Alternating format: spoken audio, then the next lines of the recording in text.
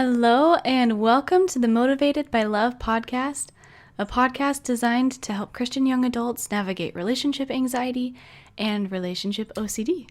I'm your host, Chrisenia, and I'm excited for what we're talking about today. I think this is one of the most helpful tools that I learned on my journey, and this will just be a quick little episode where we talk about beliefs and how to change them. A lot of the time when we are really anxious about something, it's coming from a place of we're trying to avoid some kind of negative emotion in the future, or it's coming from a place of we have some beliefs that maybe aren't serving us anymore. And those beliefs might be fueling our relationship anxiety or really just anxiety in general. So one of my very best friends is really anxious about whether or not she should go on a church mission or not. She's prayed about it. She has really thought about it and has felt like the answer God has given her is that she can choose, and that it doesn't matter if she goes or stays home, that everything will be beautiful. But she still has so much anxiety because she decided to stay home, to not go on a mission. And she has so much anxiety because she has this underlying belief that no one will want to marry her if she hasn't gone on a mission. Or that the boys that she wants to marry won't want to marry someone who hasn't served a mission. And so this belief is fueling her anxiety, and it shows up all the time in her life. Her brain is just constantly evaluating her own worth and what she believes makes her worthy. So when it comes to relationship anxiety, you might be really anxious about, let's say, your partner's attractiveness, for example. And that could be coming from a belief that your friends won't accept your partner unless he is attractive enough. Or I had a really sweet client, and she was really concerned about her partner's political beliefs. And this led to a lot of obsessing, a lot of urges, and the belief that was fueling it was, I will lose some of the people close to me because they won't like my partner and his political beliefs. And so that was the belief that we needed to focus on changing. So with whatever you obsess about, whatever you're worried about, I would really challenge you to figure out what the belief is underneath that you have, and then ask yourself if that belief is serving you or not. Now, I want to start by defining what a belief is. There are a lot of different definitions, but the one that I find the most useful is that a belief is just a thought that you say over and over and over. The more times you say a thought, the more you will believe it. And remember, thoughts are just sentences in our brains. So the more times I repeat a sentence in my mind, the more I will believe it until it becomes a belief that I have. And the tricky thing about it is those thoughts that we say in our mind over and over, they could be true or they could not be true. But the more times we say it in our brain over and over and over, the more we believe it's true. So I could say over and over, I'm beautiful, until I believe it, and that's a belief I have. Or I could say over and over, I'm unattractive, over and over enough times until I think that's the truth and I believe it. That is a belief that I might hold about myself, is I'm unattractive. And then I'll find evidence everywhere that proves that belief, that I'm unattractive.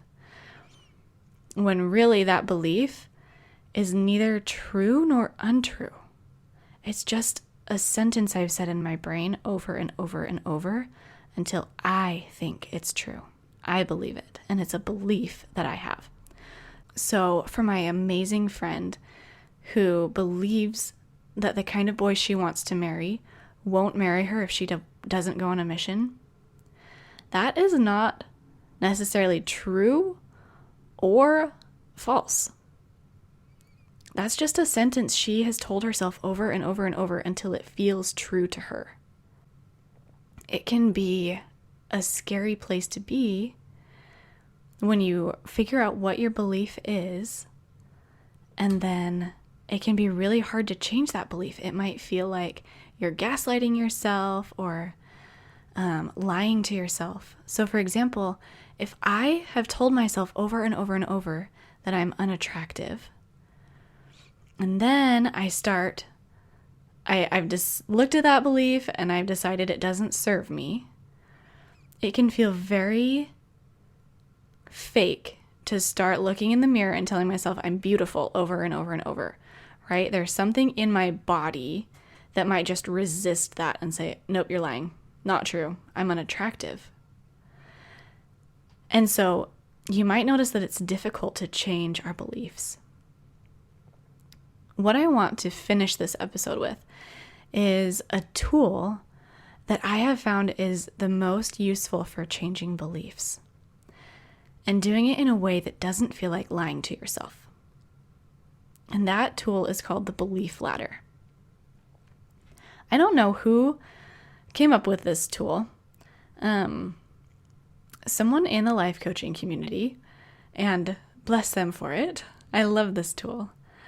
This idea is basically that we change our beliefs one step at a time, just like going up a ladder. So for example, if I believe I'm unattractive, instead of jumping to the top of the ladder and believing that I'm beautiful, we want to go little by little up the ladder until I believe that I'm beautiful. So down at the bottom, I believe I'm unattractive. Then the very first rung of the ladder, I might start telling myself over and over and over until I believe it, something like, it's possible that I am not always unattractive. So we want to put those words like, it's possible that, maybe, or sometimes, and then our brain starts to believe that rung. So my belief goes from I'm unattractive to, as I repeat my new belief over and over and over, I start to believe it's possible that I'm not always unattractive. And then that becomes my new belief. That becomes the thing I believe. Now, once we believe in our bodies, it's possible that maybe I'm not always unattractive, then maybe we take out some of those like caveat words like maybe or it's possible. Maybe we start to believe the next rung of the ladder is I'm not always unattractive. And then we repeat that over and over and over until that becomes the new belief. Then the next rung of the ladder might be, it's possible that maybe sometimes some people might think I'm attractive. And we repeat that over and over and over until that becomes our new belief. Then the next rung of the ladder, we take out some of those caveat words, right? It's possible that some people think I'm attractive. We repeat that until we believe it. Then the next rung of the ladder is, I believe that some people think I'm attractive sometimes. Then the next rung, I believe that some people think I'm attractive. Then the next rung of the ladder, I am beautiful. Or maybe as you're going up this ladder and changing what you believe, maybe you go a different route and maybe you say, it's possible that my definition of beauty is different than God's definition of beauty. And then going up the ladder, right? It's possible that God thinks I'm beautiful. Up the ladder. I think I might be beautiful. The next rung. I am beautiful in God's kingdom. Right? And maybe that is a different ladder that you climb in order to change the belief from I'm unattractive to I'm beautiful. There are so many different ways that we can climb the ladder and so many different ladders to climb. The thing that's really important when we are changing beliefs about ourselves is to recognize if our heart feels open to the new belief or resistant to it. So just like if I'm at the very bottom of the ladder, I believe I'm unattractive, and then I start saying, no, I'm beautiful.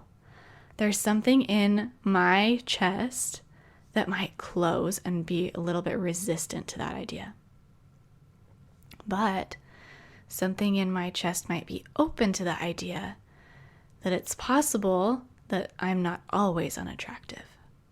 And so you really want to cue into your body to see what your body feels open to believing. And that is how you learn how to move up each rung of the ladder. And it cues you to what each rung of the ladder, to what the new belief should be. So, this is a beautiful way to learn how to change our beliefs in a way that feels like we're not lying to ourselves. I want to end with an example that is really useful when it comes to relationship anxiety. And that is the belief that we are not good at making decisions. A lot of us with relationship anxiety and ROCD don't trust ourselves to make our own choices.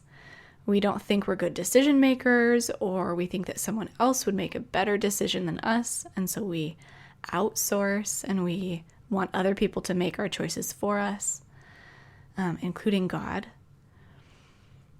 And so I want to walk you through what a belief ladder might look like for someone who believes they're not a good decision maker.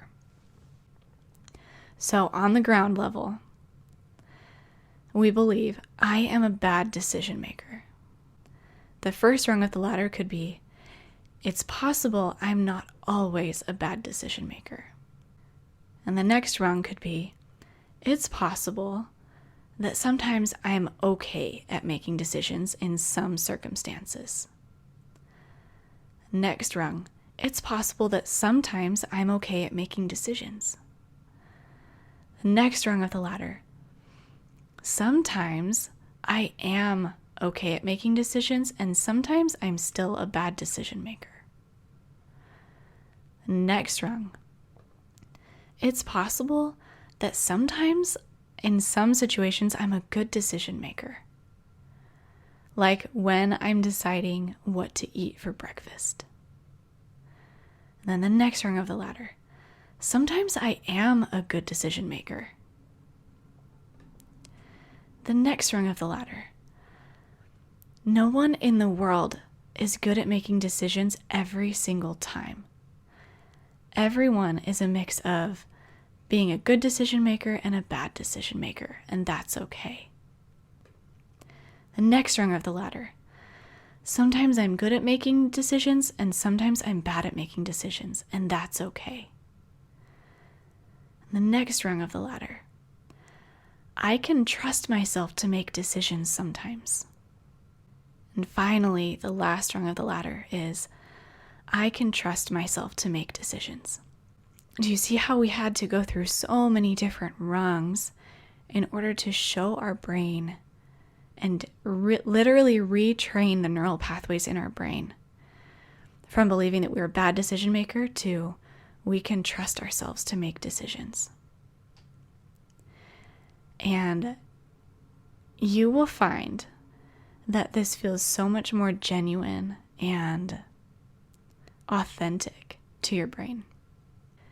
The last thing I want to point out is that the top of the ladder might look different than you expected. So in this last example, instead of changing from I'm a bad decision maker to I'm a good decision maker, it actually can feel much more empowering to change from I'm a bad decision maker to I can trust myself to make decisions. Or in the case of the attractiveness, you can play with this, right? The first example, we went from believing we're unattractive to believing we're beautiful. The second one, we took a different route, and this one could feel more genuine. Through going through, it's possible that God thinks I'm attractive, or it's possible that attractiveness is different than I thought. We just want to recognize that, like maybe instead of switching from this is the wrong person to marry to this is the right person to marry, we might go from this is the wrong person to marry to God trusts me to choose who I marry. That might feel very different than this is the right person. And so when you're deciding what you want to change your belief to, I challenge you just to be a little bit more nuanced with what you want to believe. What do you truly want to believe? Let's try to make it a little bit less black and white. So, overall, if you have a lot of anxiety about your relationship or about anything else, it can be really helpful to figure out what you believe that's causing that anxiety, and then slowly changing that belief by using this belief ladder tool. I have loved this tool. It has really changed me and helped me change some of the beliefs that I had that weren't serving me. So, if you have questions or if you want to walk through how to make this belief ladder, DM me on Instagram. I would love, love, love to create a belief ladder with you, a plan for how to change your belief that's not serving you. My Instagram is at Ksenia Claire Coaching. And like I said, I'd love to sit down with you and make a belief ladder plan with you. But either way, I think that this tool could be so, so helpful and empowering. And I love you all, and I'll see you next week. Bye.